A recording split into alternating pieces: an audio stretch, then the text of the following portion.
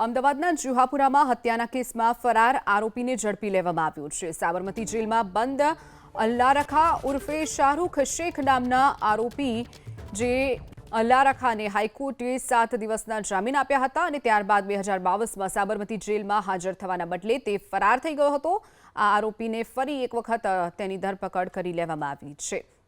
તો અમદાવાદમાં હત્યાના કેસનો આરોપી ઝડપાયો છે। વર્ષ 2022માં સાબરમતી જેલમાંથી જામીન ઉપર છૂટ્યા બાદ આ યુવક ફરીથી જેલમાં હાજર નહોતો થયો અને ફરાર થઈ ગયો હતો। અમદાવાદના જુહાપુરામાં હત્યાના કેસમાં ફરાર આરોપીને ઝડપી લેવામાં આવ્યો છે। સાબરમતી જેલમાં બંધ અલ્લારખા ઉર્ફે શાહરૂખ શેખ નામના આરોપી જે અલ્લારખાને હાઈકોર્ટે 7 દિવસના જામીન આપ્યા હતા અને ત્યારબાદ 2022માં સાબરમતી જેલમાં હાજર થવાના બદલે તે ફરાર થઈ ગયો હતો। આ આરોપીને ફરી એક વખત તેની ધરપકડ કરી લેવામાં આવી છે।